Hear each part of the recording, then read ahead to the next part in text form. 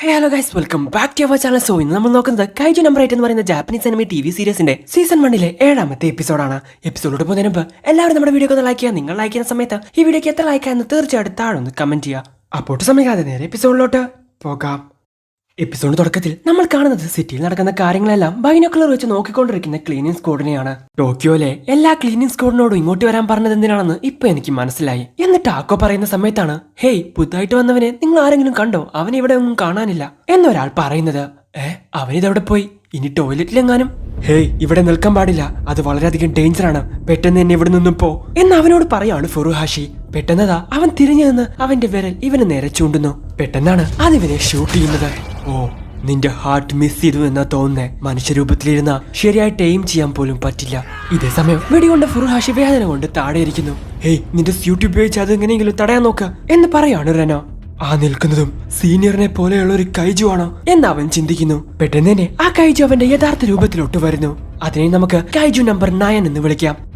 ഇതന്ന് എക്സാമിൽ ഷിനോമി അറ്റാക്ക് ചെയ്ത ആ കൈജു അല്ലേ? അവൾ പറഞ്ഞ അടയാളങ്ങളൊക്കെ വെച്ച് നോക്കുമ്പോ ഇത് തന്നെയാ അത്. ഓ, കുഴപ്പമില്ലല്ലോ, ഇവിടെ നിന്നും വെറും കൈയോടെ പോണ്ടി വരുമെന്നാ ഞാൻ വിചാരിച്ചേ. 2 ഡിഫൻസ് ഫോഴ്സിന്റെ ലൈവ് സാമ്പിൾസ് എന്റെ മുമ്പിൽ നിൽക്കുന്നു. ഹേയ് ലീഡർ ഇക്കാറുക, മനുഷ്യരൂപത്തിൽ ഒരു കൈജു ഉണ്ട്, പെട്ടെന്ന് ബാക്കപ്പ് അയക്ക് എന്ന് റീനോ മറ്റുള്ളവരുമായി കോണ്ടാക്ട് ചെയ്യാൻ ശ്രമിക്കുന്നു. പക്ഷെ അത് വർക്കാവുന്നില്ല. ആവേശം കാണിക്കണ്ട, നിങ്ങളെല്ലാവരും നിങ്ങളുടെ ചെവിയിൽ എന്തോ വെച്ചിട്ടുണ്ടെന്ന് എനിക്ക് മനസ്സിലായി. സോ നിങ്ങൾ നിൽക്കുന്ന ഈ സ്ഥലം ആരെ കൊണ്ടും കണ്ടുപിടിക്കാൻ സാധിക്കില്ല. പെട്ടെന്ന് തന്നെ അത് റീനോയെ അറ്റാക്ക് ചെയ്യാൻ വേണ്ടി ശ്രമിക്കുന്നു. എന്നാൽ റീനോ അതിൽ നിന്ന് ഒഴിഞ്ഞു മാറുന്നു. എന്നാലും അവന്റെ ബോഡിയിൽ ചെറിയ പോറലുകൾ സംഭവിക്കുന്നുണ്ട്. ഷീൽഡിനെയും മറികടന്ന് സിമ്പിൾ ആയിട്ട് എന്നെ അറ്റാക്ക് ചെയ്യുന്നു. എന്നെ കൊണ്ടെന്താ ശരിയായിട്ട് ടാർഗറ്റ് ചെയ്യാൻ പറ്റാത്തെ? ഓ, നീ അത് കണ്ടുപിടിച്ചല്ലേ എന്നാ കൈജു ഇവനോട് ചോദിക്കുന്നു. അപ്പോഴാണ് നമ്മൾ ആ സീൻ കാണുന്നത്. നിങ്ങൾ ആരെങ്കിലും അതിനെ കണ്ടു കഴിഞ്ഞാ ആദ്യം നിങ്ങൾക്ക് അവനൊരു മാജിക് ചെയ്യുന്ന പോലെയാ തോന്നുക. എന്നാ അവന്റെ വിരലുകൾ ശ്രദ്ധിക്കുക, നിങ്ങൾക്ക് അവന്റെ അറ്റാക്കിൽ നിന്നും രക്ഷപ്പെടാം എന്ന് ഷിനോമി അവനോട് പറഞ്ഞിട്ടുണ്ടായിരുന്നു. ഇതേ സമയം തന്നെ ആ കൈജുവിനെ അറ്റാക്ക് ചെയ്യുന്നു. എന്നാൽ ഇവൻ അതിൽ നിന്നും രക്ഷപ്പെടുന്നു. ഇതേ സമയം റീനോ ഫുറുഹാഷിയോട് സ്ക്വാഡിനെ വിവരം അറിയിക്കാൻ വേണ്ടി അവിടെ നിന്നും പോവാൻ പറയുന്നു. എന്നാൽ തന്നെ രക്ഷിക്കാൻ വേണ്ടിയിട്ടാണ് അത് പറയുന്നെന്ന് വിചാരിച്ച് അവൻ അവിടെ നിന്നും പോകുന്നില്ല. പെട്ടെന്ന് ഫുറുഹാഷിയെ ആ കൈജു അറ്റാക്ക് ചെയ്യാൻ വേണ്ടി ശ്രമിക്കുന്നു. എന്ന് റീനോ അവനെ അതിൽ നിന്നും രക്ഷിക്കുകയാണ്. പറയുന്നത് കേൾക്ക്, പെട്ടെന്ന് തന്നെ ആരെങ്കിലും സഹായത്തിന് വിളിച്ചോണ്ട് വാ എന്ന് റീനോ പറയുന്നത് കേട്ട് വേറെ വഴിയില്ലാത്തതുകൊണ്ട് ഫുറുഹാഷി അവിടെ നിന്നും പോകുന്നു. എന്ന് ഇതൊക്കെ കണ്ട് റെനോന് നല്ല രീതിക്ക് പേടിയാവുന്നുണ്ട്. ഷിനോമിയെ കൊണ്ടുപോലും ഒന്നും ചെയ്യാൻ പറ്റാതെ ഈ കൈജുവിനെ അവൻ വിചാരിച്ച എന്തെങ്കിലും ചെയ്യാൻ പറ്റുമോ എന്നാണ് അവൻ ചിന്തിക്കുന്നത്. ഇല്ല, കൂടെ ഇരിക്കുന്നവരെ സഹായിക്കുന്ന ഒരു ഡിഫൻസ് ഫോഴ്സ് ഓഫീസറായിട്ട് ഞാൻ മാറണം എന്ന് പറഞ്ഞ കാഫ്കയെ പറ്റി ചിന്തിക്കുകയാണ് റീനോ. സോ പെട്ടെന്ന് തന്നെ അവൻ ആ കൈജുവിനെ അറ്റാക്ക് ചെയ്യാൻ വേണ്ടി ശ്രമിക്കുന്നു. ഇതേ സമയം തന്നെ ഫുറുഹാഷി അവിടെ നിന്ന് ഓടിക്കൊണ്ടിരിക്കുകയാണ്. നേരത്തെ പോലെയല്ല, റെനോ ഇപ്പൊ ഒരുപാടധികം ഡിഫറെന്റ് ആയി. അവനെ കൊണ്ട് ആ കൈജുവിനെ ഒറ്റയ്ക്ക് നേരിടാൻ പറ്റുമോ? സോ സാധാരണ കോമ്പാറ്റ് പവർ 20-നും 30-നും ഇടയിലായിരിക്കും. എന്ന് ചില ആളുകളെ കൊണ്ട് അതിലും മുന്നോട്ട് പോകാൻ സാധിക്കും എന്ന് വൈസ് ക്യാപ്റ്റൻ പറഞ്ഞത് അവൻ ആലോചിക്കുന്നു. 2 ആഴ്ചയായിട്ട് 20% ഞാൻ സ്റ്റക്ക് ആയിട്ട് നിൽക്കുവാണ്. എന്നാൽ റെനോ എന്നെക്കാൾ ഒരുപാട് മുന്നോട്ട് പോയി. സോ ഇത് ഫുറുഹാഷിക്ക് അത്ര അങ്ങ് പിടിക്കുന്നില്ല. ഇതേ സമയം അവനെ കൊണ്ട് പറ്റുന്ന രീതിയിൽ റെനോ അതിനെ അറ്റാക്ക് ചെയ്യാൻ വേണ്ടി ശ്രമിക്കുകയാണ്. എന്നാൽ അതിൽ നിന്നെല്ലാം അത് ഒഴിഞ്ഞു മാറുന്നു. എന്നെ പറ്റി കുറച്ചു കാര്യങ്ങൾ നിനക്ക് അറിയാമായിരിക്കും, എന്നെ ഇതറിയാൻ യാതൊരു സാധ്യതയില്ല എന്ന് പറഞ്ഞ കൈജു അതിന്റെ സ്പെഷ്യൽ എബിലിറ്റി യൂസ് ചെയ്യുന്നു. റെനോനെ കൊല്ലോടാന്ന് പറഞ്ഞ് നിൽക്കുന്ന സമയത്താണ് ഫുറുഹാഷി പെട്ടെന്ന് അങ്ങോട്ട് വരുന്നത്. ഹേ റെനോ, എനിക്ക് നിന്നോട് ദേഷ്യമൊന്നുമില്ല. ഞാൻ മാത്രമാണ് അന്നു മുതൽ ഇന്ന് വരെയും മാറാതിരിക്കുന്നത്. ഞാൻ ഇങ്ങനെ തന്നെ ഇരിക്കുന്നത് കൊണ്ടാണ് എപ്പോഴും എനിക്ക് ഒരാളുടെ സഹായം ആവശ്യം വരുന്നത്. റെനോ, ഇപ്പൊ ഞാനാണ് നിന്നെ രക്ഷിച്ചേ എന്ന് ഫുറുഹാഷി അവനോട് പറയുന്നു. നീ എന്തിനാ ഇപ്പൊ ഇങ്ങോട്ട് വന്നേ? നിന്നോട് ഞാൻ പോവാൻ പറഞ്ഞതല്ലേ? ഓ, ഞാൻ വന്നില്ലായിരുന്നെങ്കിൽ ഇപ്പൊ കാണാമായിരുന്നു, നിന്നെ അത് കൊന്നേനെ. ഓ, അത് ശരി, ഇവനെ രക്ഷിക്കാനാണല്ലേ നീ വന്നേ എന്ന് ചോദിക്കുകയാണ് ആ കൈജു. സോ ആ കൈജു വളരെയധികം ഇന്റലിജന്റ് ആണെങ്കിൽ പോലും മനുഷ്യരെ മനസ്സിലാക്കാൻ അതിന് കുറച്ചധികം ടൈം എടുക്കുന്നുണ്ട്. എന്തായാലും നിങ്ങളെ ഞാൻ ഇവിടെ നിന്നും രക്ഷപ്പെടാൻ സമ്മതിക്കില്ല എന്ന് പറഞ്ഞ ആ കൈജു ഇവരെ അറ്റാക്ക് ചെയ്യാൻ വേണ്ടി ശ്രമിക്കുകയാണ്. നമുക്കിപ്പോ വേറെ വഴിയില്ല, ഇതിനെ എതിർത്ത് നിന്നേ പറ്റൂ. ഞാൻ നിനക്ക് ബാക്കപ്പ് തരാം, നീ അതിനെ അറ്റാക്ക് ചെയ്യ. ഇവിടെ വെച്ച് ഇതിന്റെ കാര്യത്തിൽ ഒരു തീരുമാനമാക്കണം എന്ന് പറയാണ് ഫുറുഹാഷി. നിന്റെ വയറ് നിറച്ച് ബുള്ളറ്റ് ഉണ്ടാവും, എന്നാൽ എന്റെ കയ്യിലുണ്ടടാ എന്ന് പറഞ്ഞ ഫുറുഹാഷി അതിനെ അറ്റാക്ക് ചെയ്യാൻ വേണ്ടി ശ്രമിക്കുകയാണ്. എന്നെ സംബന്ധിച്ച് നീ എനിക്കൊരു പുഴു മാത്രമാണ് എന്ന് പറഞ്ഞ അത് ഇവനെ അറ്റാക്ക് ചെയ്യുന്നു.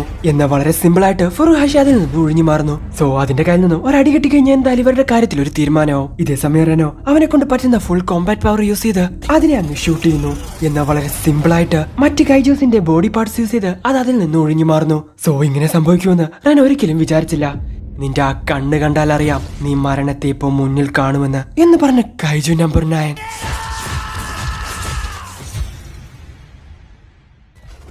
സോ ഇതേ സമയം ഇവരുടെ രണ്ടുപേരുടെയും കണക്ഷൻ കട്ടായ കാര്യം പുറത്തുള്ള ഓഫീസേഴ്സിന് മനസ്സിലാവുന്നു. അവർക്കിത് എന്ത് പറ്റിയെന്ന് ചിന്തിക്കുകയാണ് കാഫ്ക. അപ്പോഴാണ് ഇവർ ഇല്ലാതാക്കിയ കൈജൂസ് എല്ലാം ചെറുതായിട്ട് അനങ്ങുന്നത് അവർ കാണുന്നത്. പെട്ടെന്ന് തന്നെ കീഗറു അങ്ങോട്ട് വരുന്നു. ഞാൻ വിചാരിക്കുന്ന തന്നെയാണോ നീയും വിചാരിക്കുന്നേ കീഗറു? അതെ, ആ കൈജു ഇവിടെ എത്തി.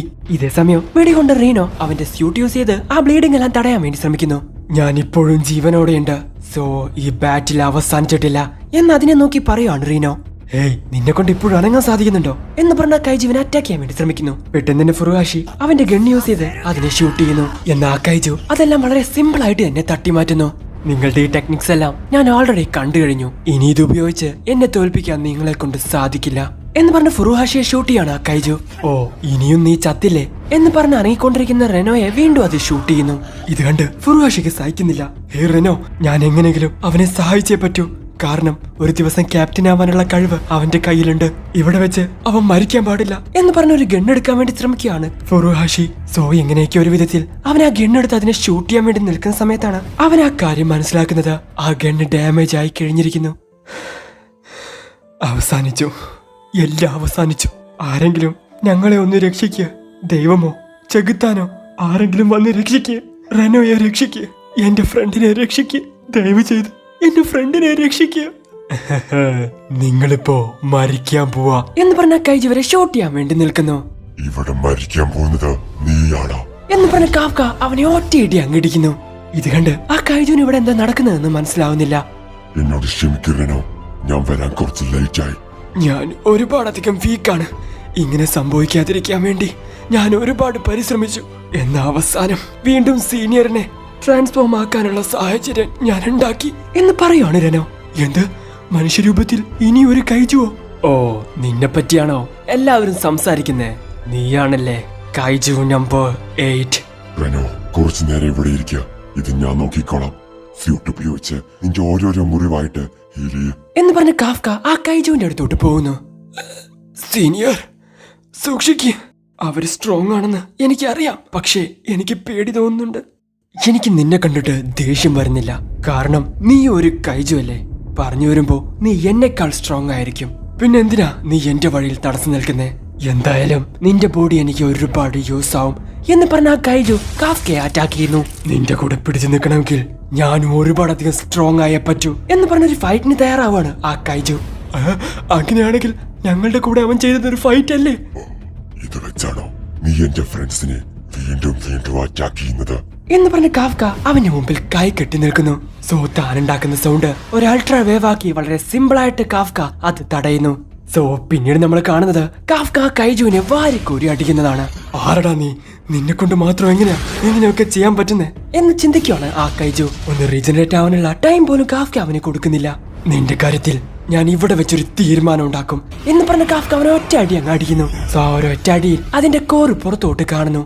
ഇതേ സമയമാണ് പെട്ടെന്ന് 2 ഡിഫൻസ് ഫോഴ്സ് ഓഫീസേഴ്സ് അങ്ങോട്ട് വരുന്നത്. ഇക്കറുകയുടെ ഗ്രൂപ്പാണ് സംസാരിക്കുന്നത്. മനുഷ്യരൂപത്തിലുള്ള കൈജുവിനെ ഞങ്ങൾ കണ്ടു എന്ന് അവർ വിളിച്ചു പറയുന്നു. പിന്നീട് നമ്മൾ കാണുന്നത് ഒരു കൈജുവിന്റെ കൂടെ ഫൈറ്റ് ചെയ്യുന്ന ഷിനോമിയനാണ്. ഗൺ ഉപയോഗിച്ച് അതിനെ ഷൂട്ട് ചെയ്യാൻ പറ്റുന്നില്ലെന്ന് പറഞ്ഞ് അവിടെ ഉണ്ടായിരുന്ന ഒരു സൈൻ ബോർഡ് എടുത്ത് അതിനെ ഒറ്റ അടി അങ്ങ് അടിക്കുന്നു. അവരിപ്പോ എത്ര ദൂരം പോയി കാണും എന്ന് ചിന്തിക്കുകയാണ് ഷിനോമിയ. പിന്നീട് നമ്മൾ കാണുന്നത് ഒരു ഫ്ലാഷ് ബാക്ക് ആണ്. എന്ത്, ഫുറുഹാഷിനെയും റെനോയെയും കണ്ടുപിടിക്കാൻ പോവാണോ? അവരുമായിട്ട് കോണ്ടാക്ട് ചെയ്യാനും പറ്റുന്നില്ല. അവരെവിടെയാണെന്നുള്ള ലൊക്കേഷനും അറിയില്ല. പിന്നെ എങ്ങനെ കണ്ടുപിടിക്കാനാ? അവരിപ്പോ ഒരു കൈജുവിന്റെ കൂടെയാണെങ്കിൽ ആ കൈജുവിനെ എന്നെ കൊണ്ട് സെൻസ് ചെയ്യാൻ സാധിക്കും എന്ന് പറഞ്ഞ് കാഫ്ക അവന്റെ ബോഡി ട്രാൻസ്ഫോം ചെയ്യുന്നു. ഇവിടെ നീയുള്ളത് കൊണ്ട് എന്റെ ആവശ്യം വരില്ല എന്ന് പറഞ്ഞ് കാഫ്ക അവിടെ നിന്നും പോകുന്നു. വീണ്ടും പ്രസന്റ് ആണ് കാണിക്കുന്നത്. മനുഷ്യരൂപത്തിലുള്ള കൈജുവിനെ ഞങ്ങൾ കണ്ടു. സെക്ടർ 4 സ്റ്റാർട്ടിലെ സൗത്ത് ഈസ്റ്റിലുണ്ട്. കാണാൻ കൈജു നമ്പർ 8 പോലെ തന്നെയുണ്ട്. സോ ഇത് ഷിനോമിയെയും വൈസ് ക്യാപ്റ്റനും എല്ലാവരും കേൾക്കുന്നുണ്ട്. ശരി, ഇപ്പോൾ തന്നെ ഞങ്ങൾ ഒരു ടീമിനെ അങ്ങോട്ട് അയക്കാം. ഇതേ സമയം കാഫ്ക ആ ഓഫീസേഴ്സിനെ നോക്കിക്കൊണ്ടിരിക്കുകയാണ്. നിനക്ക് കിട്ടിയ നല്ലൊരു ചാൻസ് നീ ഇപ്പോ മിസ് ചെയ്തല്ലോ. ഞാനിപ്പോ ഹീലായി. നീ എങ്ങനെ അറ്റാക്ക് ചെയ്യാന്ന് എനിക്കിപ്പോ മനസ്സിലായി.